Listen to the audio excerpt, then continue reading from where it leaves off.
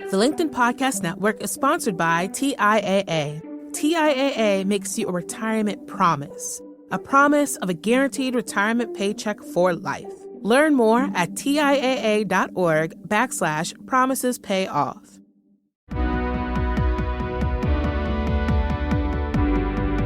I'm Morra Aarons-Mele, and this is The Anxious Achiever. We look at stories from business leaders who have dealt with anxiety, depression, or other mental health challenges, how they fell down, how they picked themselves up, and how they hope workplaces can change in the future.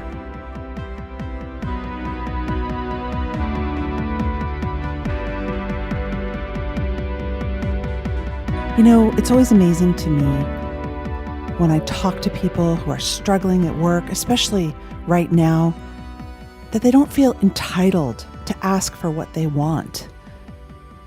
I think a lot of us feel that we are not deserving of being treated with respect and courtesy in the workplace. I think a lot of us are used to our personal boundaries just being trampled over and over again. For example, I can't tell you how many introverts I've spoken with over the years who have just pretended to be extroverted, going out to endless networking events or letting coworkers lean into their cubicle or desk because they just feel like they can't say, "Hey, get out of my space," or "Hey, I need some quiet." Okay, maybe they can't say that, but they can ask for what they need. So that's what we're going to talk about today. Some of the nitty-gritty things about work. The things that you may think shouldn't bother you, but actually they should bother you, and they are so much harder to deal with when you're stressed, anxious, depressed, or going through anything else. Part of my mission on this show is to normalize mental health struggles and to recognize that trying to ignore them during the workday is next to impossible. So later in the show, you'll hear from Bob Pozen, co-author of the book Remote Inc., How to Thrive at Work Wherever You Are, about time management, remote work, managing expectations with your boss so that your boss isn't anxious and nor are you. This is gold. And how to thrive despite internal and external struggles. First, we'll hear from Roxane Gay. For those not familiar with her work, she's an incredible writer who's gained fame for her brutal humor and her honesty in books like Bad Feminist and Hunger. She also writes fiction. And for those of you who are familiar with Roxane's work, you know that through her writing, she connects the dots between human frailty, our worst instincts, our hidden traumas, and work. I love her column in the New York Times called Work Friend. In Work Friend, she discusses and addresses the problems that arise in our everyday lives at work. Things that may seem small on the outside, but are actually meaningful and need to be discussed. Here's Roxane Gay.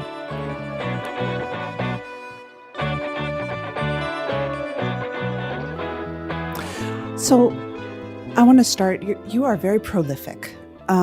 What I marvel about you, especially during the pandemic, is that you have been prolific in a lot of different formats, in podcasting and your newsletter, and of course your creative projects on webinars and Zoom. And I'm wondering how and why you do so much, and you've been doing so much during the pandemic. I don't know. I think that Okay. a lot of it is that I'm ambitious and I'm willing to put in the work to make those ambitions happen.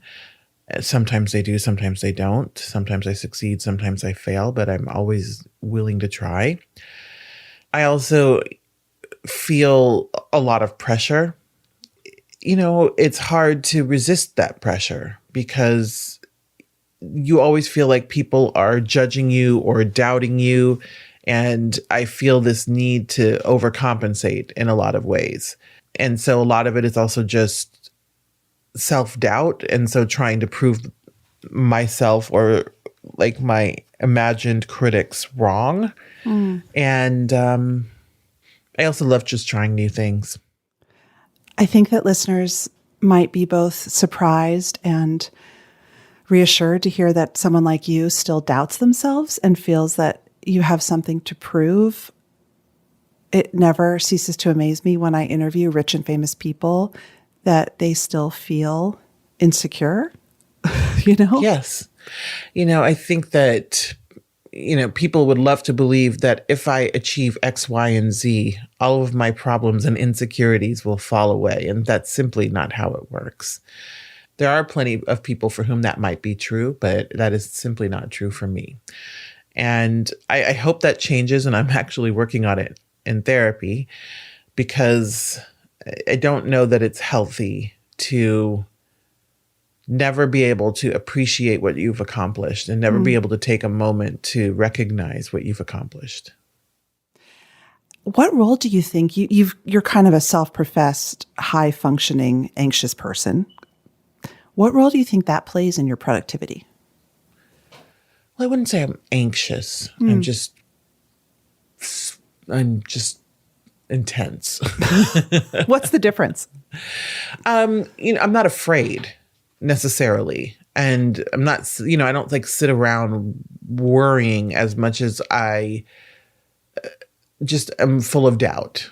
It's hard to explain the difference. I mean, there's nothing wrong with anxiety, and everyone has anxiety from time to time, but it's something different than anxiety most of the time that is hard to articulate. It's actually just stress, because I have a lot of responsibilities, and I also have a bit of a following, and so I never want to let people down. And so, it's pressure, and some of it's self-induced and some of it is external. Yeah. I think that's just for listeners. I mean, the anxiety is a fear of what might happen in the future. And that could be 5 seconds from now. It could be 50 years from now. Stress is external pressure of, I'm going to let someone down. Yes. I'm not going to be able to make this person happy. Oh my gosh, this deadline, stuff like that. Yeah. I'm just like, what does your sort of nature as a worrier, how does that contribute to your incredible productivity? Well, it just makes me feel more in control. Like, if I work hard and I get things done and I accomplish things, then I'm in control. And so I am often chasing that sense of control. Control, I think is a big thing for all of us. I think so. Right. Yeah. And I think especially, it's kind of like a need that many of us humans have. How do you, besides working so hard, act out a need for control in such an uncontrollable world? I don't know, but I think that's a good question. And I think that's a question that a lot of us grapple with. Like, how do we do this? How do we function in a world that is so wildly out of control? I think you wrote an article, about how you've been Instagram ad shopping a lot during the pandemic. I think a lot of us are doing things like that. Like, we're just soothing ourselves in a way that just feels immediate, right? Yes. And, I think that soothing, if you can, however you choose to self-soothe, if it doesn't harm you or anyone, I think it's fine. I think that especially over the past year and a half, we have had ample reason to need soothing, whether it's the overwhelming loss of life or the anxiety of not knowing much about the pandemic and the virus that was forcing us all into not all of us, but most of us into our homes, and the political climate, which has been rocky. I think that coping mechanisms are required. Yeah. One of the things that I've been asking guests about, and I went through this myself as a public speaker and also as a business owner, is money dried up overnight. Income dried up overnight. It right? did. Talk about a loss of control. Yes, for sure. How did that feel for you? It didn't feel great because like many writers, I actually make most of my living via public speaking. And so I quickly realized in March of 2020 that I was out of work for the foreseeable future.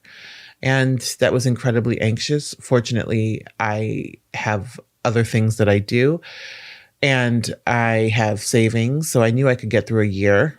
I did not think it would take that long, and then it took longer. And fortunately, a lot of organizations and conferences course corrected and started doing virtual events. So that helped. And, I also have a really supportive partner, and I married quite well. So I was not ever really going to have anything to worry about. But it was stressful and frustrating. And I also was able to keep things in the necessary context, to recognize that really I was going to be fine. And it's okay to feel stress. And at the same time, I felt that it was important to recognize the privileged position I was in, where I had options and I wasn't going to lose my house and things like that. It's funny, when you first started writing your New York Times column, which is called Work Friend, I read it voraciously because I love work advice columns and I wanted to hear what you had to say. But I had this kind of moment, which is hypocritical for me given what I talk about.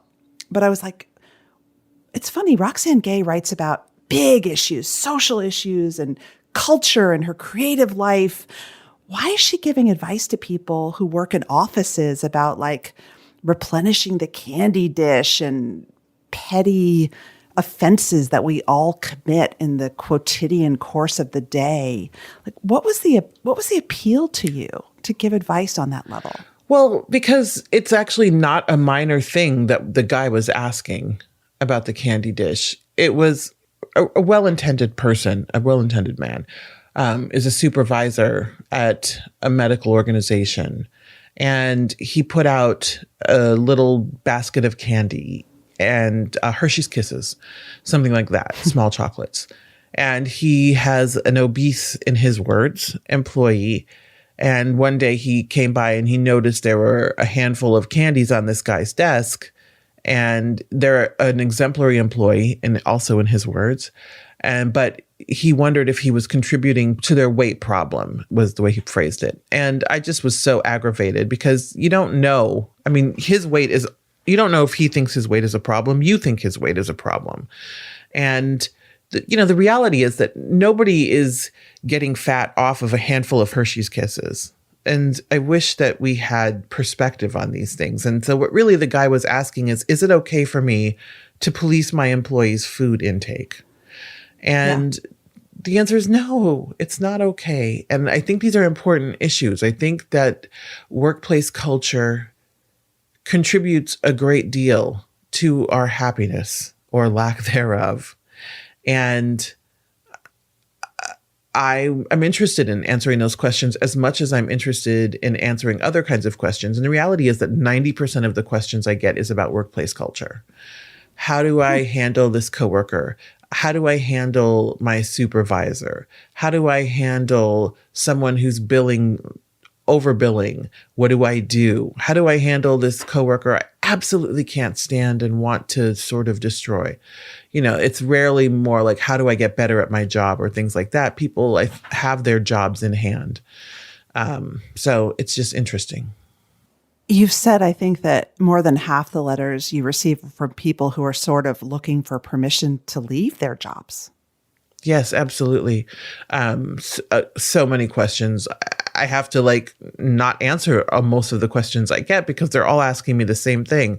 Should I leave my job? And they're looking for permission. And yes, by all means, leave your job. If you need permission, if that would help you make that decision, I encourage you to go if you can. The reality is that most of us can't just pick up and leave our jobs. And it's a wrenching decision. And especially when the economy is precarious, you don't know if there will be another job waiting for you. So I understand why people ask these kinds of questions. And it actually just makes me so sad that people are so unhappy at work and that they are forced to compromise their personal satisfaction, their professional satisfaction, their sanity for a paycheck. But that is the world that we live in. Well, but also it seems to me that a lot of the letters start out, I like my job. Yes. I like what I do, but It's the day-to-day people and, like you say, culture around me that's driving me crazy. Like if I could just be left alone to do my work, everything would be fine. Yes. So let's talk about boundaries, because it seems to me that a lot of what people are reaching out to you about in your column, and probably whenever you talk and in all walks of life, is almost permission to reinstate their boundaries and stick to them, right? Yes. Why does so much of the conflict that we seem to have, certainly in the workplace, come out of us disrespecting each other's boundaries? My friend Tressie McMillan Cottom has this amazing newsletter called Essaying. And in one of her recent posts, she wrote about the tensions of whether or not to return to the workplace from working from home. And one of the things she wrote about is that there's a group of people who love in-person work because they get to be cops and they get to surveil and wield power in very immediate and intimate ways. And I think a lot of people crave that. And that's terrible because they have no control in other aspects of their lives, or they feel inadequate. And so they need to take it out on someone. And so I think a lot of that is what contributes.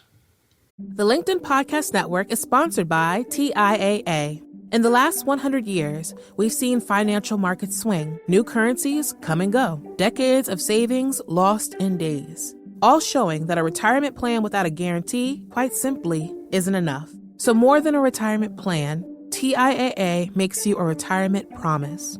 A promise of a guaranteed retirement paycheck for life. A promise that pays off. Learn more at TIAA.org/promisespayoff. Do they not care what other people's boundaries are? Is it something that has never occurred to them to even think about? Is the B word not even in their vocabulary? I think it depends. I think it can be a mixture of things, but of course, they don't particularly care for or respect the boundaries of others, or they wouldn't constantly transgress them. I think that sometimes they see the boundaries and they want to trample them anyway. Like they derive some sense of power or pleasure from doing so. How would you define, if you were writing a work friend column and you were explaining what boundaries at work are and why they're important, how would you explain what a boundary is to someone and how they can know whether one of theirs is being crossed? I would tell someone, think about what would make you comfortable in a situation and what would make you uncomfortable. And that's where your boundary is. That moment where you go from comfort to discomfort. It doesn't have to be anything more than discomfort. Like your initial boundaries are, I don't care for that. And it's okay to have those boundaries. What are some common examples that people bring up? A lot of examples are about overwork, work bleeding into late nights and weekends. And I'm not talking about sort of your typical, let's everybody pitch in because we're on a deadline. Right.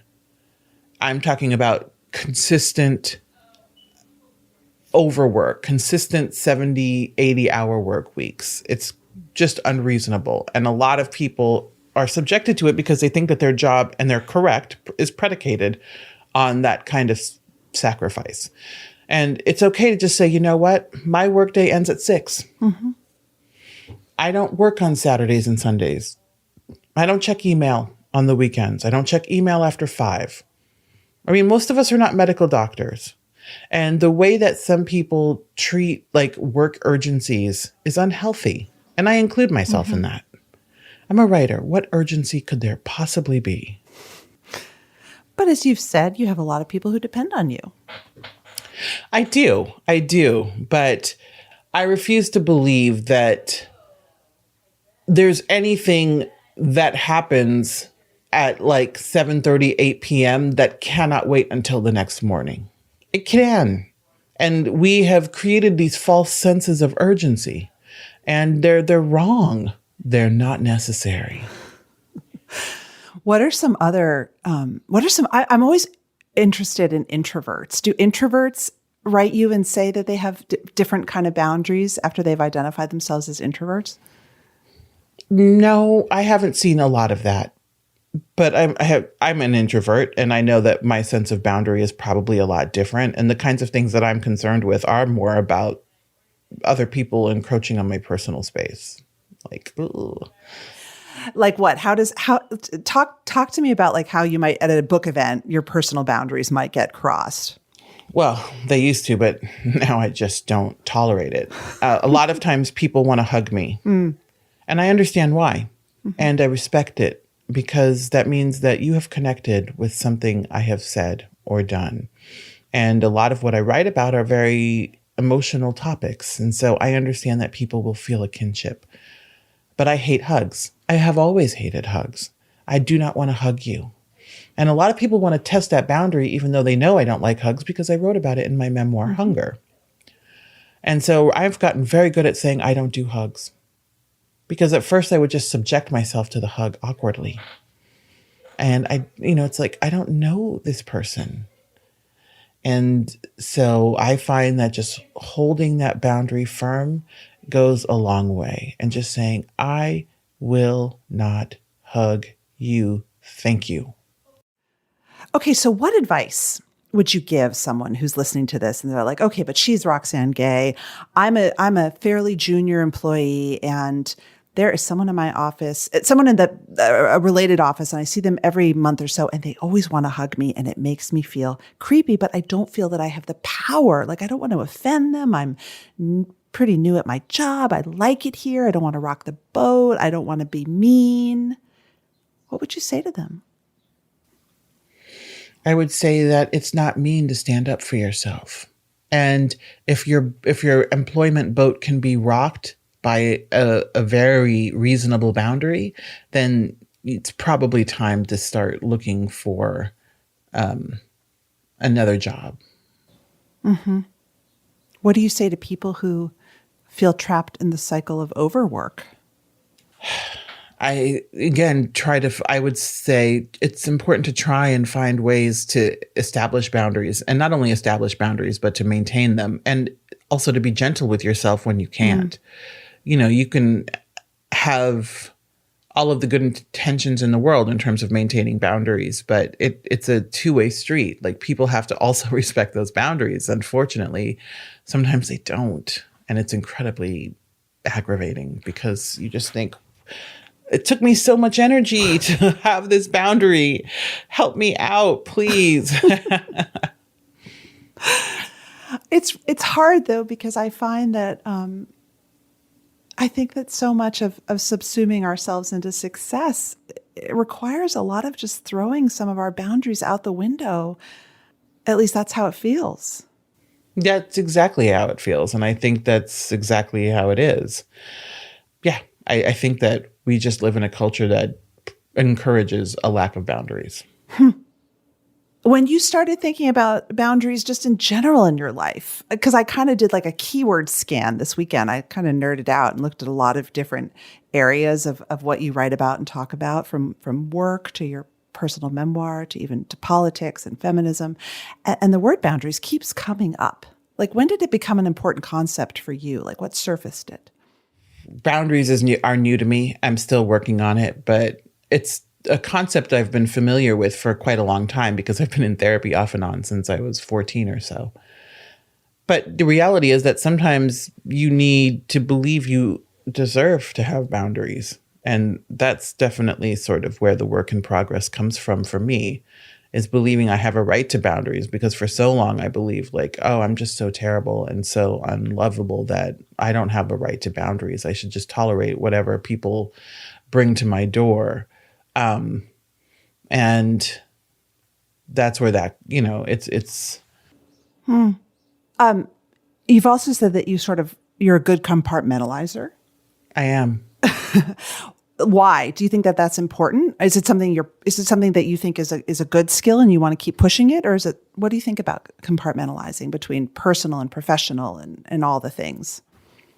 I am a big compartmentalizer. It can be good, but It can also be pretty risky because then you keep yourself closed off to a lot of different things. And you don't necessarily allow yourself to feel the feelings that you need to feel in the appropriate contexts. As we close, I'm curious if you have any last words of wisdom for people out there who are struggling, who are feeling really low right now, really depressed, and yet they've got to show up for work and keep powering through. I think it's important to validate the feelings and just say you're not unreasonable for feeling horrible about that. You're not unreasonable for wanting a different professional situation. I think it's important to validate feelings. So many people are so often people are talked out of their feelings, or they are derided for their feelings. And no, I don't think that's healthy.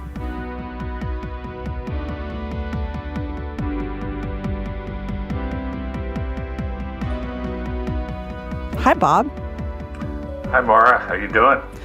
I'm good. Well, I wanted to have you on the show because I found myself talking about your remote work, sort of return to work advice, quoting you, of course, in every speech an interview that I've given in the past month, because I thought it was so helpful. And what I'm hearing from people as they're getting ready to go back hybrid is that they feel very nervous about expectations, right? What are my manager's expectations? They say that I can come back hybrid, but do they really mean it?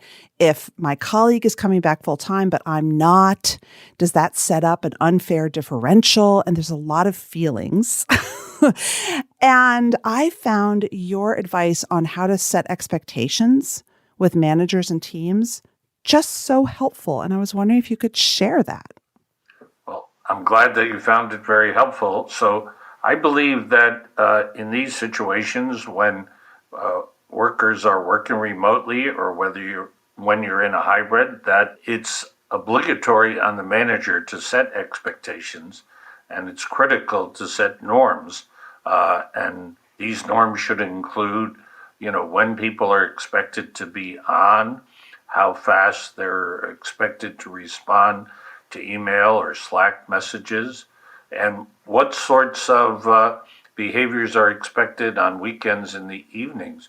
Because a lot of people have complained to me, and I'm sure they have to you, Morra, that without these norms, they feel like maybe they're expected to be on 24/7, and that's a crazy world.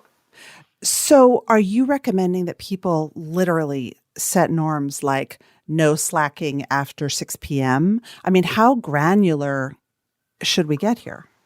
Well, I think that we should try to have guidelines rather than rigid rules, because there are always exceptions. But I think you could say you're not expected to answer any emails or any Slack messages that arrive after 7 p.m.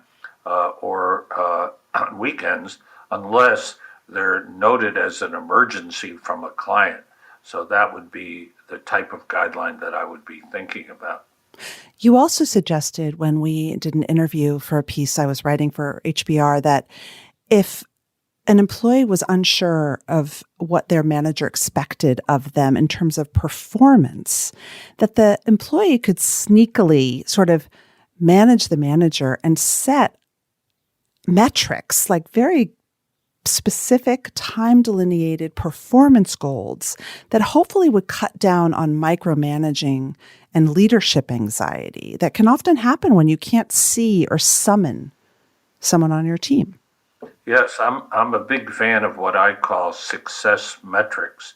And that is, when managers set up projects or delineate objectives, they're often so general that the people on the team aren't sure exactly what's expected of them. So I like to think of a sort of negotiation between the manager and the team members as to what are the success metrics. I get this from my days when I was president of Fidelity. we'd start a big project, it's due in a month, and I'd say, well, how are we going to know in a month whether we've been successful? And that clarifies a lot what people actually expect. And once we have these success metrics, then it allows the manager to sort of back off. Yeah. He or she doesn't really have to be micromanaging because they sort of know what's expected, what's going to come out at the end of the month. And if that's okay, why do they really have to look every day? And thirdly, it helps the employee because if the employee, the team manager, team member is getting those metrics done, then he or she is able to do it when and where and how they want to. It doesn't really matter as long as they're getting the success metrics done within the time frame. Huh. Will you tell the story of when you were a lawyer and you underbilled hours, but it was okay? Yeah, I mean, the problem with having an hours-based billing system is that, it's sort of an incentive to spend as many hours as possible.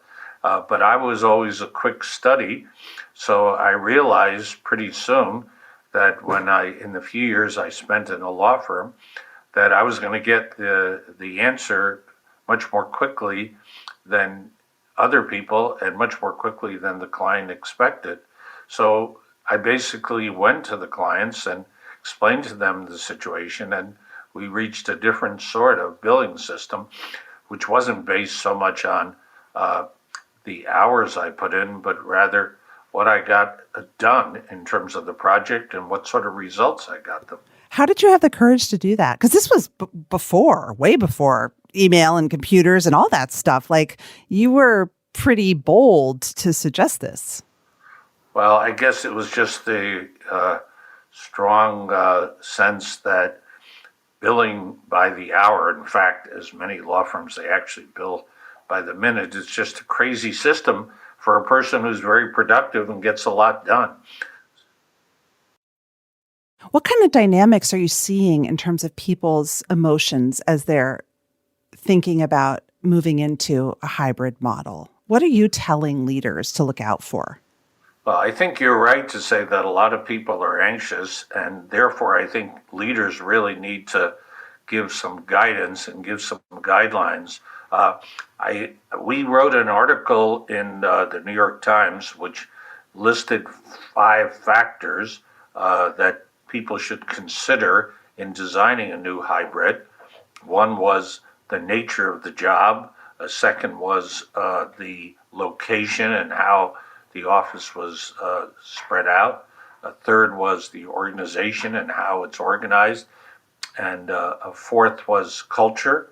And a fifth was scheduling. But, I've come to see that most organizations are really a conglomeration of teams. And what should be the optimal hybrid for each team could be very different even within the same organization.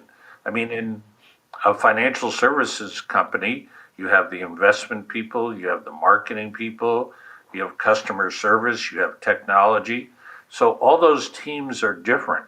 So you want to figure out, if you're the team leader, what's the optimal configuration, the optimal, what we call Goldilocks plan, not too much remote work and not too little for your team, and then really have a full discussion with your team about what that means. And that includes which days in the office, and I think the team should all come in the same days in a week to the office if you decide, as most teams are going to, that you're going to want to be in the office a few days. But I have a question. I want to challenge you on that, because I know that you're a fan of remote work, but you also believe that people should come together. I think it's 2 days a week, you said optimally, but some people can't, right? And some people don't want to. Well, I think if we look at all the surveys, about 80% of the people are going to favor hybrid. They're going to want to be in the office a few days a week and not to be totally remote. But you're right that there are people who either can't come in because they're spread out all across the world, or people who don't want to come in. And so I think then you've got to really work hard as a manager to make sure that they're included. And if you do have, let's say, 2 days a week in the office, and there are people who can't come in or who don't want to come in, then probably a lot of those meetings need to be by video so that you're including the people who are not in the office. Yeah. I want to talk to you about patterns. One of the things that I'm sure you know, because you're married to a psychotherapist, it's really helpful when you manage your mental health, right, to recognize patterns, right? And understand what sets you off, and when you start to react in a certain way, when you start to spiral with negative thoughts. And you think that pattern recognition is important in other areas in terms of working. How? And how does that especially apply now when we're thinking about negotiating for what we want in this next phase of post-pandemic life? Well, I think you've got to be clear as to what are the patterns that are most productive and most satisfying for you. And so you've got to figure out routines and structures that make sense for you. So for some people, that will mean coming into the office 2 days a week. For some people, that might mean 3 days a week. I don't know. For some people, it might mean no days a week or 5 days a week. So you've got to figure out what works for you and then have a discussion with your team leader and try to work out a viable schedule for both of you. Are there patterns that we're seeing? Like, I'm thinking about overwork. I'm noticing, and I'm sure you are too, that people have tended during the pandemic to just work later because our laptops kind of travel with us throughout the house quite often, and like we're on Netflix, but we're also answering emails. And then all of a sudden, that's a pattern and we're all working all the time. Yeah, no, I agree with you, especially at the beginning of the pandemic. Mm-hmm. People, when they didn't have norms that were being set down, felt that they had to be on most of the time and started to work. And we heard a lot of people saying that they were getting burnout. I think once after the first few months, people started to move toward a more reasonable system. But as I said before, I think it's up to the managers to set ground rules to prevent that from happening. Otherwise, everybody on their team is just going to burn out, and that doesn't make any sense. So I think it's the obligation, the responsibility of the manager to delineate these norms and to have those sorts of norms expressly set out. And if the manager hasn't done that, I think the people on the team need to be able to come to the manager and say, look, we need to have some sort of agreement as to what are reasonable working hours here for us, and what's going to happen in the evenings and what's going to happen on the weekends. And I think, remember, every manager not only is a boss, but she is also has a boss. She has right. a boss, so she's used to that. She understands that dynamic. And I think it was Peter Drucker, the famous management guru, who said, you don't have to like or love your boss, but you need to manage him or her. That's true. So I was giving a talk a couple of weeks ago to a group of young women architects, and one of them expressed real dismay that the older men who owned the firm, whose, kids were all gone and, were frankly probably dying to get out of the house, had decided that everyone had to come back to work because they could. And it was a small business. You're a powerful white man who ran a big company. A really big company. What would you tell these guys? What do they need to know when they think things should be a certain way? Maybe even because that's just how things have always been. But a lot of their employees don't, but are scared to tell them. Well, I think one thing I would tell them is that, as we've just discussed, that the key is what gets you the best results in your firm. Right. And the fact that you did it one way doesn't mean that it's necessarily going to be a really good way for the people who work with you. And that I would preach to them the methodology of success metrics. The question is, what do you want to get accomplished? And then let's figure out what's the best way to get there. The second thing I would say is, I've done a lot of surveys of senior management, and they always say they're great listeners, they're giving everyone credit all the time. But when you talk to the people on their teams, it's not quite the same picture. Yeah. So I say to the managers, you got to realize that unless you make yourself open to having discussions, unless you make it clear that you're willing to have people question your decisions, that you're putting these out. I sometimes use the term rebuttable hypothesis. Whoa, rebuttable hypothesis. Yeah, that's a way of saying, look, this is the way I think it might make sense for the team or for the office or the organization, and here are my reasons, but it's only what I've tentatively come out with, and I'm really interested in hearing whether you think I might be wrong and coming up with other alternatives that might work better for you. So unless you make it very clear that you're willing and receptive to have criticism and alternatives, then people just be too scared to say anything. You are a productivity expert. What is your number one productivity tip for remote work? My number one, I guess I really don't have a number one, but I think when you work remotely, one thing you've really got to do is you've got to structure your day. There's no natural structure by your commuting to the office. So you've got to develop certain routines and certain structures that work for you. And then the second thing I would say is don't schedule yourself for back-to-back video meetings because it's really a mistake. You want to keep at least 1 hour free in the morning and 1 hour free in the afternoon for thinking time and possible contingencies, emergencies, personal or otherwise, And third of all, try not to look at your email and your Slack channel all the time. I try to get people to look at it once every hour or 2 hours and then work from there. Otherwise, people spend the whole day in meetings and in answering emails. And what they've really done is they've been passive. They've responded to everybody else's agenda, what other people wanted for meetings and what other people wanted in terms of responses to messages. And they really haven't been actively pursuing what they consider to be their top priorities. And that's why in survey after survey, we find that people spend less than half of their working time on what they say are their 3 or 4 most important professional priorities. And that's too bad. And it makes it hard to achieve those success metrics. Yeah, because they're spending most of their day going to other people's meetings, responding to other people's messages. So then they don't have a lot of time left to pursue what they think are their top priorities.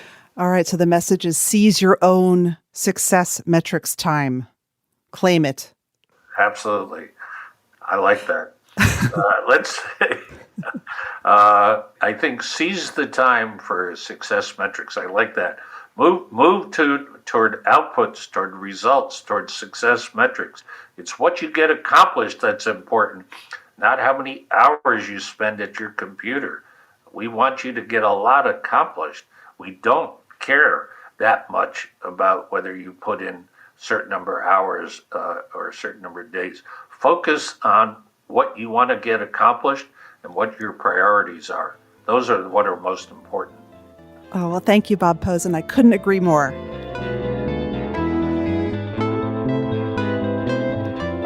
That's it for today's show. Thank you to my producer, Mary Dew. Thanks to the team at HBR. I'm grateful to our guests for sharing their experiences and truths. For you, our listeners, who ask me to cover certain items and keep the feedback coming, please do send me feedback. You can email me. You can leave a message on LinkedIn for me or tweet me at Morra AM. And if you love the show, tell your friends. Subscribe and leave a review. From HBR Presents, this is Morra Aarons-Mele.